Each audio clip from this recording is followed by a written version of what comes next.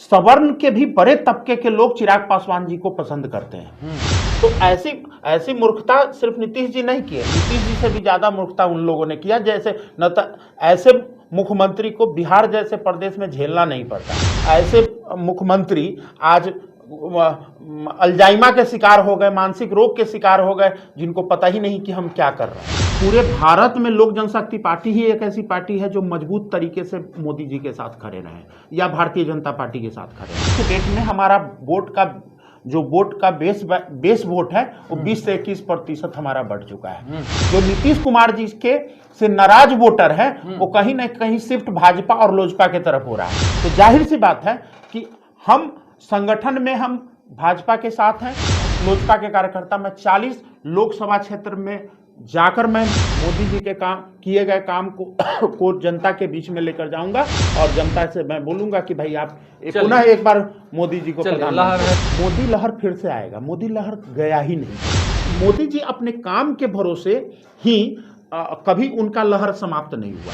किसी भी प्रदेश में आप जाइएगा तो कहेगा स्थानीय रूप से मुख्यमंत्री हमें कोई भी चाहिए, लेकिन देश में हमें मोदी चाहिए। मेहमान हैं लोजपा रामविलास के प्रदेश महासचिव और मुजफ्फरपुर जिले के प्रभारी रंजन कुमार सिंह। रंजन जी से आज हम कई सारे अहम मुद्दों पे बातचीत करेंगे और ये मुद्दा लोकसभा चुनाव 2024 के इर्द गिर्द ही रहेगा। साथ ही साथ बिहार के मुख्यमंत्री नीतीश कुमार को लेकर भी कई सारे तल्ख सवाल होंगे। सबसे पहले रंजन जी आपका स्वागत है। बहुत बहुत धन्यवाद सर। पहला सवाल, छठ का समय है, छठ बिहार में महापर्व है, हर कोई बधाई दे रहा है, लेकिन एक तस्वीर सामने दिल्ली से आ रही है। दिल्ली के तमाम रेलवे स्टेशनों पर लाखों बिहारी भेड़ बकरियों की तरह ट्रेनों में कोचे जा रहे हैं। न सत्ता, न विपक्ष, न नीतीश, न मोदी, न कोई बड़ा नेता इस पर क्यों नहीं बोलता है? सबसे पहले तो आपके चैनल के माध्यम से मैं बिहार के जितने भी बिहारवासी हैं, चाहे वो बिहार के अंदर रह रहे हों या बिहार से बाहर रह रहे हों जी, सभी लोगों को छठ पर्व की हार्दिक बधाई, शुभकामनाएं।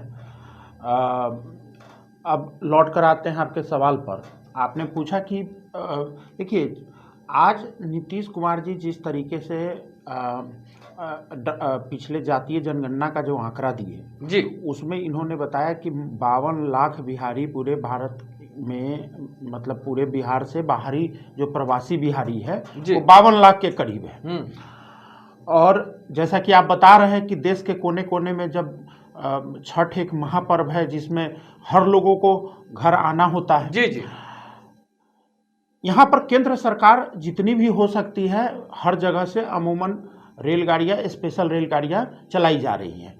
और जो रेलगाड़ी है उसमें अप्रत्याशित रूप से वृद्धि हर एक स्टेशनों से यहाँ पर बिहार के लिए किया गया है। कई बार जानकारी के अभाव में लोगों को पता नहीं होता है स्पेशल ट्रेन के बारे में, तो कई ऐसी भी ट्रेन खबरें आती हैं कि ट्रेन खाली आ जाती हैं लेकिन लोग वहाँ पर नहीं पहुँच पाते।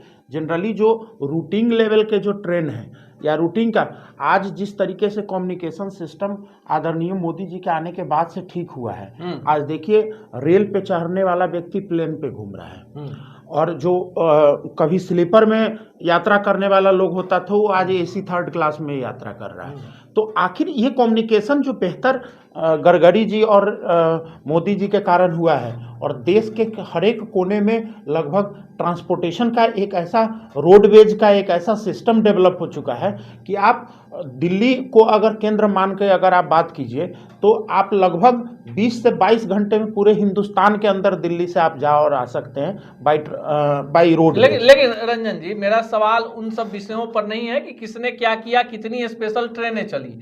आपकी उम्र जितनी होगी आपने भी देखा होगा, सरकार केंद्र में चाहे कांग्रेस की हो, बीजेपी की हो, बिहार में नीतीश है, कभी भाजपा के साथ है, कभी आरजेडी के साथ है। आपने एक अच्छा सवाल भी उठा दिया अपने जवाब में कि 55 लाख बिहारी बाहर रहते हैं। छठ जो है बिहार का एक इमोशन है, इसको एक महापर्व के तौर पर हम लोग लेते हैं। लेकिन जो तस्वीरें दिल्ली रेलवे स्टेशन, सिर्फ हम दिल्ली की बात कर रहे हैं, हम बाकी जगहों की बात नहीं कर रहे हैं, जिस तरह की स्थिति है, मेरा सीधा सवाल है कि क्यों ऐसी स्थितियां होती हैं और खासकर बिहारियों के साथ ही क्यों होती हैं? आपने कोविड काल में भी देखा, लाखों लोग पैदल चले आए। सरकारें क्या करती है, क्यों वोट देता है बिहार? नहीं, इसमें एक बात समझने की जरूरत है। देखिए, जो प्रवासी बिहारी बाहर रहते हैं उसमें कई बिहारी के पास जो कॉर्पोरेट में जनरली जॉब कर रहे होते हैं, कई लोगों को छुट्टी की इशू होती है, कई लोग की प्लान्ड नहीं होता है, कई लोग असमंजस की स्थिति में होते हैं कि पता नहीं छुट्टी मिलेगी नहीं मिलेगी, हम घर जा पाएंगे या नहीं जा पाएंगे। तो जो आपको भीड़ देखने को मिलती है उसमें 80% लोग ऐसे होते हैं जो अनप्लान्ड जर्नी करते हैं। और आपको पता है कि जब भी आप अनप्लान्ड जर्नी आप करेंगे तो जाहिर सी बात है समस्या तो आएगी। आज जिस तरीके से बिहारी, मतलब सिर्फ मैं, चूंकि दिल्ली में मैं खुद 22 साल रहा हूं, आज के डेट में दिल्ली में कम से कम 1 करोड़ बिहारी रह रहे हैं और 1 करोड़ बिहारी में से लगभग 70%, 60 से 70% बिहारी चाहता है कि भाई हम बिहार लौट के अपने घर पे आके कम से कम छठ जैसे महापर्व को हम वो करें। आज जिस तरीके से कलकत्ता से लोग आते हैं, मुंबई से आते हैं, सभी जगह से, ये ऐसे लोगों को भीड़ अनूप जी आपको दिखने को मिलते होंगे जो जनरली अनप्लान्ड जर्नी में होते हैं, जिनकी छुट्टी नहीं हो पाती है। बहुत ऐसे तबके के लोग हैं जो प्लान किए होते हैं तो उनकी रिजर्वेशन पहले से बुक हो जाती है। आज जिस तरीके से कोरोना पीरियड में आपने कहा कि भाई यहीं पर बगल के एक राज्य है हमारा उत्तर प्रदेश, उत्तर प्रदेश के भी कई भाई थे जो मुंबई में और अलग अलग जगह पर फंसे हुए थे। योगी सरकार के बारे में, उनके काम के बारे में आपने देखा होगा कि कोरोना काल के पीरियड में भी जाकर उन्होंने लगभग जितनी हो सके, लगभग जितनी उनकी क्षमता थी उतना अपने क्षमता अनुसार सारे देश के कोने कोने में बस भेजकर और लोगों को बुलाया और यहाँ पर अपने लोगों को पदस्थापित किया।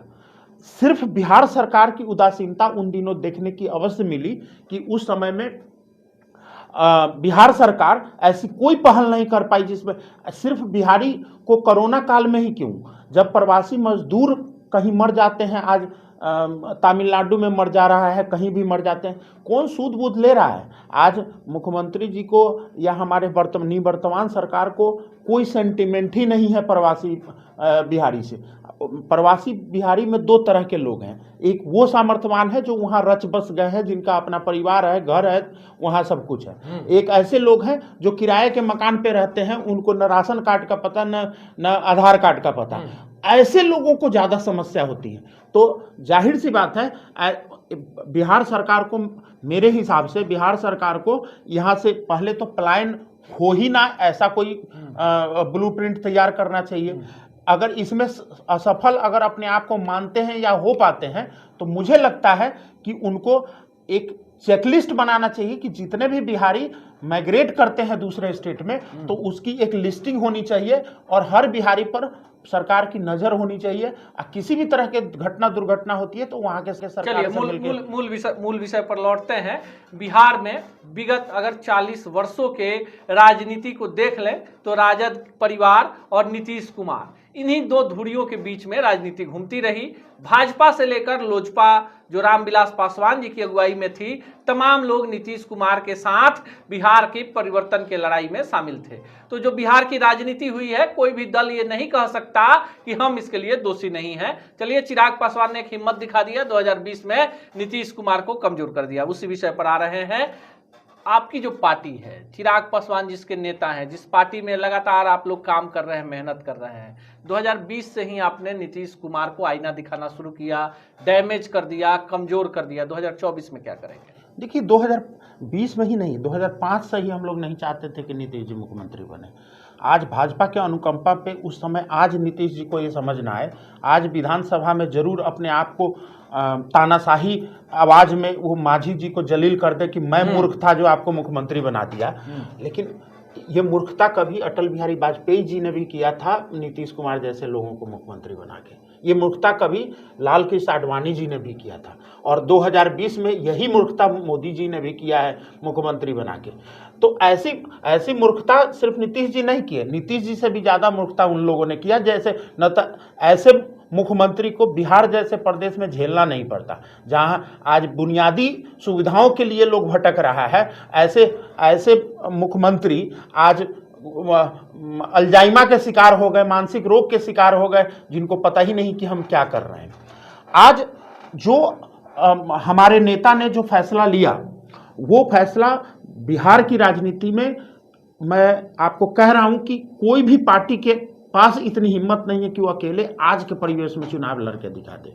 हमने लड़ा और हमने लड़कर ये दिखाया, अपनी इंपॉर्टेंस को साबित किया कि हम लोग एक नीति के खिलाफ, एक नीतीश कुमार जी के नीतियों के खिलाफ हम लोगों ने जो झंडा 2005 में बुलंद, जो हमारे संस्थापक स्वर्गीय रामविलास पासवान जी ने जो झंडा बुलंद किया था, उसको, उसी झंडा को हम लोग कैरी करके और आज तक हम लोग आए। एक बात आप बिहार की राजनीति में आपको करनी पड़ेगी और बार बार करनी पड़ेगी कि नीतीश कुमार के नीतियों के विफलताओं में अगर कोई मजबूत विपक्ष पिछले 18 साल में खड़ा रहा है तटस्थ रूप से, तो वो स्वर्गीय रामविलास पासवान और चिराग पासवान जी रहे हैं। चलिए 2024 में क्या होगा?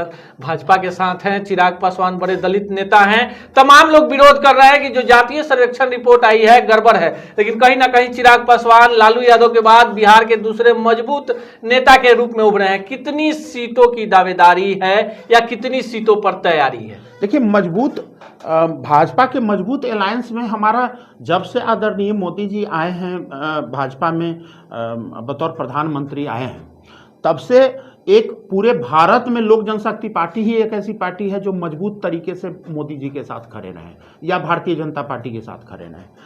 आज जो हमारी व्यक्तिगत लड़ाई, जो हमारी पार्टी का, जो बिहार का जनता के लिए जो लड़ाई हमने नीतीश कुमार जी से लड़के और हमने खुद को अपने आप से एनडीए से बाहर किया था, ऐसी परिस्थिति में भी, उन परिस्थिति में भी हम लोग भाजपा में जो केंद्र सरकार के काम हैं, उनके काम को, जो मोदी जी के काम को हम लोगों ने बढ़ चढ़कर लोगों के बीच में लेकर गए और उनकी बात को किए। आज हमारे नेता जो जिस परिस्थिति में आकर अब आज के डेट में अपना एक जो एग्जाम्पल बिहार की राजनीति में जो सेट किया है, हम आने वाले समय में 2024 में एनडीए के एक मजबूत एलाई हैं, हम लोग मिलकर चुनाव लड़ेंगे। अभी हम कितने सीटों पर लड़ेंगे? देखिए, सीट हम पिछले बार 6 सीट पे हम लोग लड़े थे। अभी औपचारिक तौर पे कोई ऐसा फैसला नहीं हुआ है जिसके कारण मैं आपको क्लियर बता दूं, क्योंकि अभी हर गठबंधन धर्म का एक अपना वो होता है कि भाई, लेकिन मुझे लगता है कि 6 सीट पे पिछले बार लड़े थे, तो हम लोग 6 सीट पे इस बार भी लड़ेंगे। लेकिन अब बाकी कितना सीट होगा, क्या होगा, ये तो शीर्ष नेतृत्व फैसला लेंगे। लेकिन आज के डेट में ऐसा कोई ऑफिशियली नहीं है, लेकिन मानते हैं कि चिराग पासवान जो हैं महज 1 सीट पर सांसद हैं। उनके पिता के निधन के बाद जिस तरह से चिराग पासवान ने बिहार में, क्योंकि नीतीश कुमार एक बड़ा इशू हो गए हैं बिहार में, और इसका प्लस पॉइंट चिराग पासवान को मिलता हुआ दिख रहा है कि जिस वक्त बीजेपी भाजपा जो है वो नीतीश के साथ थी, उसी समय चिराग पासवान ने बगावत करके उन तमाम विधानसभा सीटों पर उम्मीदवार उतार दिए नीतीश के खिलाफ और डैमेज किया, 50 से नीचे ला दिया नीतीश कुमार को। आपको एक बात समझना पड़ेगा कि विधानसभा हो या लोकसभा जी, आप अपनी उम्मीदवारी इस 2 बातों पर निर्भर करता है। आपकी उम्मीदवारी, एक आपके पास क्या वोट बैंक है और दूसरा आपके पास कैसा संगठन है। आज हमारे पास जो लोग 5-6% वोट के कहते थे कि हम लोग मालिक हैं, आज उन लोगों को मैं क्लियरली मैसेज देना चाहता हूं कि जो 6% हमारा आधार वोट बैंक था, वो बढ़ के आज के डेट में हमारा वोट बैंक 20 से 21% तक जा चुका है। क्यों जा चुका है, उसके पीछे लॉजिक समझिए। जो 6% ये पासवान वोटर कहते हैं, वो तो हमारे नेता के साथ है ही है। एक सवर्ण के भी बड़े तबके के लोग चिराग पासवान जी को पसंद करते हैं। आप अति पिछड़ा के बहुत एक बड़े तबके पसंद करने लगे। आज जिस तरीके से चिराग जी को समर्थन आए दिन, जो हम लोग चूंकि बिहार में घूमते रहते हैं, जो मिलता है, मुझे जो लगता है कि आज के डेट में हमारा वोट का बेस वोट है वो 20 से 21% हमारा बढ़ चुका है। और जाहिर सी बात है, वही वोट जो नीतीश कुमार जी के से नाराज वोटर है, वो कहीं ना कहीं शिफ्ट भाजपा और लोजपा की तरफ हो रहा है। तो जाहिर सी बात है, भाजपा की तरफ भी शिफ्ट हो रहा है तो लोजपा की तरफ भी हो रहा है। तो हमारा आधार बैंक, वोट बैंक अगर 20 से 21% तक है, तो जाहिर सी बात है कि हम संगठन में हम भाजपा के साथ हैं, पैरेलल हैं। भाजपा और लोजपा के अलावा किसी का संगठन बिहार के अंदर नहीं है। वोट परसेंटेज में हम 20 से 21% है, तो जाहिर सी बात है हम ज्यादा से ज्यादा सीट पर अपनी दावेदारी पेश करेंगे। हम भाजपा से जरूर, हम चाहे जितने भी सीट पे हमारी बात हो, हमारे नेता चाहे जितना भी सीट लेकर भाजपा के साथ मिलके हम लोग चुनाव लड़े, एक बात तो तय है ना कि हम लोग सिर्फ वही 6 सीट, वही 7 सीट पर बात हम क्यों करें? हम 40 सीट पे बात करेंगे। हमारे नेता चिराग पासवान जी, मैं स्वयं एज ए कार्यकर्ता, लोजपा के कार्यकर्ता, मैं 40 लोकसभा क्षेत्र में जाकर मैं मोदी जी के काम किए गए काम को जनता के बीच में लेकर जाऊंगा और जनता से मैं बोलूंगा कि भाई आप पुनः एक बार मोदी जी को प्रधानमंत्री। लहर है, बहुत सारी बातें हैं पॉलिटिक्स की। आखिरी सवाल, 2024 में जिस तरह के आसार है कि बिहार में फिर से मोदी लहर चल सकता है, या जिस तरह के हालात बनाए जा रहे हैं बिहार में, आपको नहीं लगता है कि अगर 40 में अगर 30 सीटें भी बीजेपी जीत जाती है तो फिर चिराग पासवान के सीएम वाले मुद्दे को बल मिल जाएगा? देखिए अनूप जी, आप दो बातों में आपने सवाल, दो तरह के सवाल किए। पहला कि मोदी लहर फिर से आएगा। मोदी लहर गया ही नहीं कभी जी। मोदी लहर इसलिए नहीं गया क्योंकि मोदी जी के काम को जहां एक तरफ पूरे विश्व ने एक्सेप्ट किया है, एक ग्लोबल लीडर के रूप में अपने आप को प्रेजेंट किया है। आप विश्व के जितनी भी टॉप 100 कंट्री हैं उसमें से 90% कंट्री इनको अपना नेता मानता है। उनके जो राष्ट्रपति है, प्रधानमंत्री है, वो आदरणीय मोदी जी को नेता मानते हैं। ग्लोबल लीडरशिप तभी उभर के आता है जब आपके कंट्री में आपका काम उम्दा किस्म का होगा। तो जाहिर सी बात है मोदी जी अपने काम के भरोसे ही कभी उनका लहर समाप्त नहीं हुआ। हाँ, चुनाव का लड़ना, हारना, जीतना एक अपना विषय है, लेकिन लोकसभा में मैं आपको बता रहा हूं, किसी भी प्रदेश में आप जाइएगा तो कहेगा स्थानीय रूप से मुख्यमंत्री हमें कोई भी चाहिए, लेकिन देश में हमें मोदी चाहिए। जो वोटर आरजेडी को वोट करता है वो चाहता आरजेडी का जो वोटर होगा, जो कोर वोटर होगा, उसको लगता होगा कि नहीं तेजस्वी यहां मुख्यमंत्री बननी चाहिए। वो उन वोटर को भी लगता है कि नहीं देश में मोदी होना चाहिए। हम तो चिराग पासवान जी के मान लीजिए संगठन के एक छोटा सा कार्यकर्ता है।